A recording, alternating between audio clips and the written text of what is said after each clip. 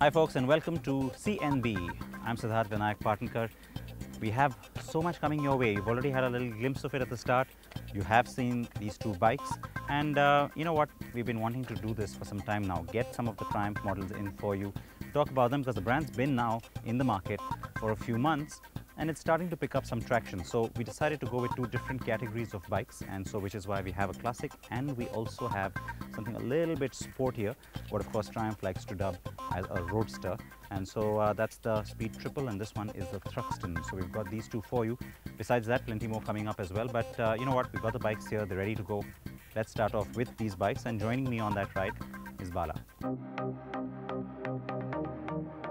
When you walk up to these bikes, it's an instant love triangle of sorts. While one is classic and rides with style, the other is mean and implies speed. No matter which bike you pick, there is no dearth of love.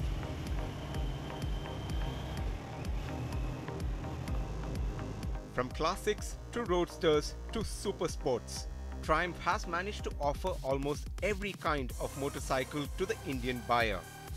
Ever since Triumph surprised us by launching 11 bikes in one go at its market debut in November 2013, the brand has got great attention. The company says it now has over 600 bookings and has 9 dealerships in its network, so it's really high time we got our hands on some of these beauties, right? Now while the Bonneville and the Street Triple might be the hot favorites in the Triumph range, these two, the Thruxton Cafe Racer and the Speed Triple too, have their share of fans. Bala has the Thruxton today.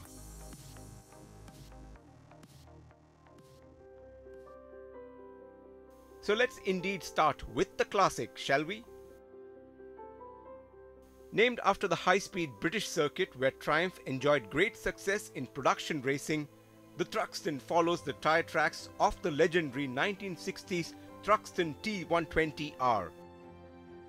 Although based on the Bonneville, the Thruxton's Cafe Racer looks give it a distinct appeal with a typical single seat. And the bike also tends to look much larger than the Bonnie. The rear cover comes off to give you a pillion seat. The low and narrow handlebars are angled towards you with the classic bar and mirrors. Twin instrument pods with analog dials add to the classic appeal. Over to Siddharth for the Speed Triple. One glance and the bike gets you. It captures you, ensnares you in its gaze, staring you in the face with its bug-eyed twin headlamps. The Speed Triple Roadster doesn't try to hide its attitude. Packed with more power and muscle than the popular Street Triple, the example of the bike with us is a Roadster, which is dressed in this killer electric blue matte finish. Though Triumph says that now it's only going to be available in black, red and white. The bodywork on the bike is designed to show off its muscle, especially over the large, well-sculpted fuel tank. The aggressive hunched forward stance and the twin silencers beneath the short stubby tail section catch your eye almost instantly.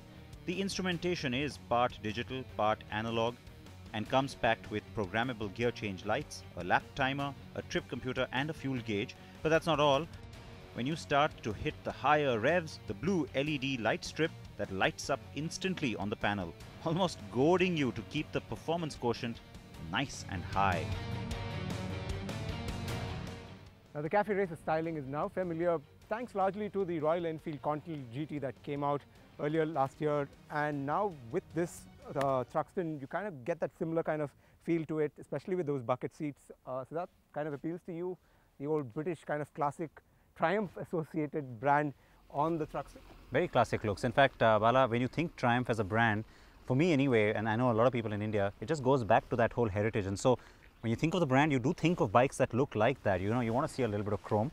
The irony though, it is the bike that's with me that actually is the highest selling model for the brand now globally. So you don't really see as many of those as you see of these. Of course, in India, all of this is still fairly new, and so when you talk about these bikes, I think both these bikes play a good role in creating a good brand image.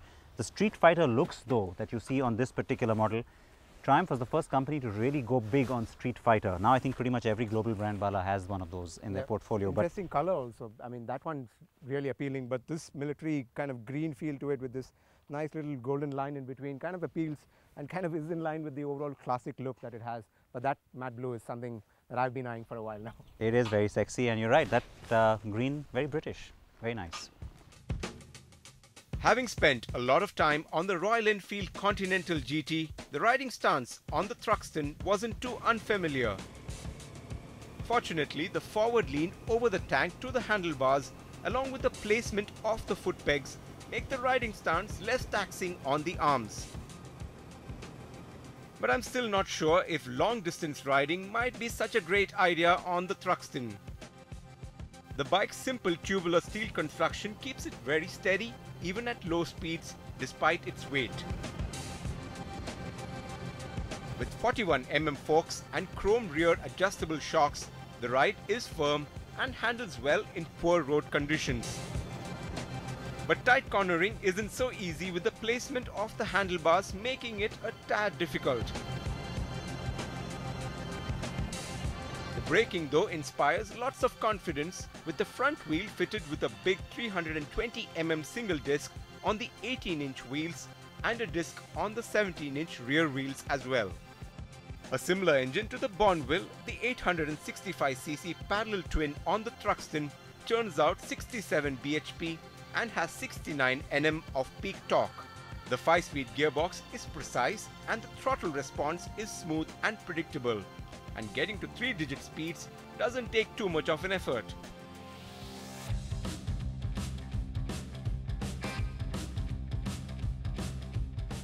The Speed Triple is built on a modern twin-tube twin-spar frame with agile and sharper handling, and doesn't feel as heavy as it looks at 214 kgs. For a motorcycle with so much of a sports bike character, it was surprising to see how the upside-down forks on the Speed Triple with adjustable rebound and compression damping took to bad roads without one flinch. The braking is spot on, with the Brembo's radial 4-piston calipers with ABS doing the job really well. The riding position is quite aggressive and more sporty, with the low handlebars, high footrests and the rider's seat sculpted deep for a forward-leaning position, but you can sit up in a conventional riding posture too. On the Speed Triple, the engine is a different powerhouse altogether, with a 3-cylinder 1050cc engine. There's 134 bhp on offer with 111 Nm of peak torque as well. You get ample power lower down the rev range too.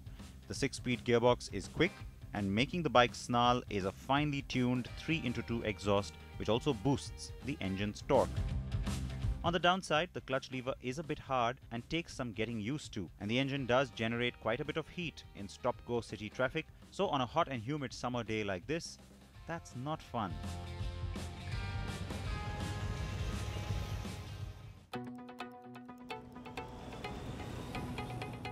The classic Thruxton is priced at 6,70,000 rupees ex-showroom Delhi, and will appeal to those looking for that classic British motorcycle with its retro cafe racer looks and want to make a statement. It sounds nice too, is agile and smooth and makes for a fun riding experience. The more powerful Speed Triple is priced at 10,31,000 rupees ex-showroom Delhi. It's definitely quite the naked bike with lots of sporty character and totally killer looks. So while we told you before that both these bikes offer different shades of riding that you will love, our matchmaking advice is to pick the one that's closer to your personality rather than simply your budget.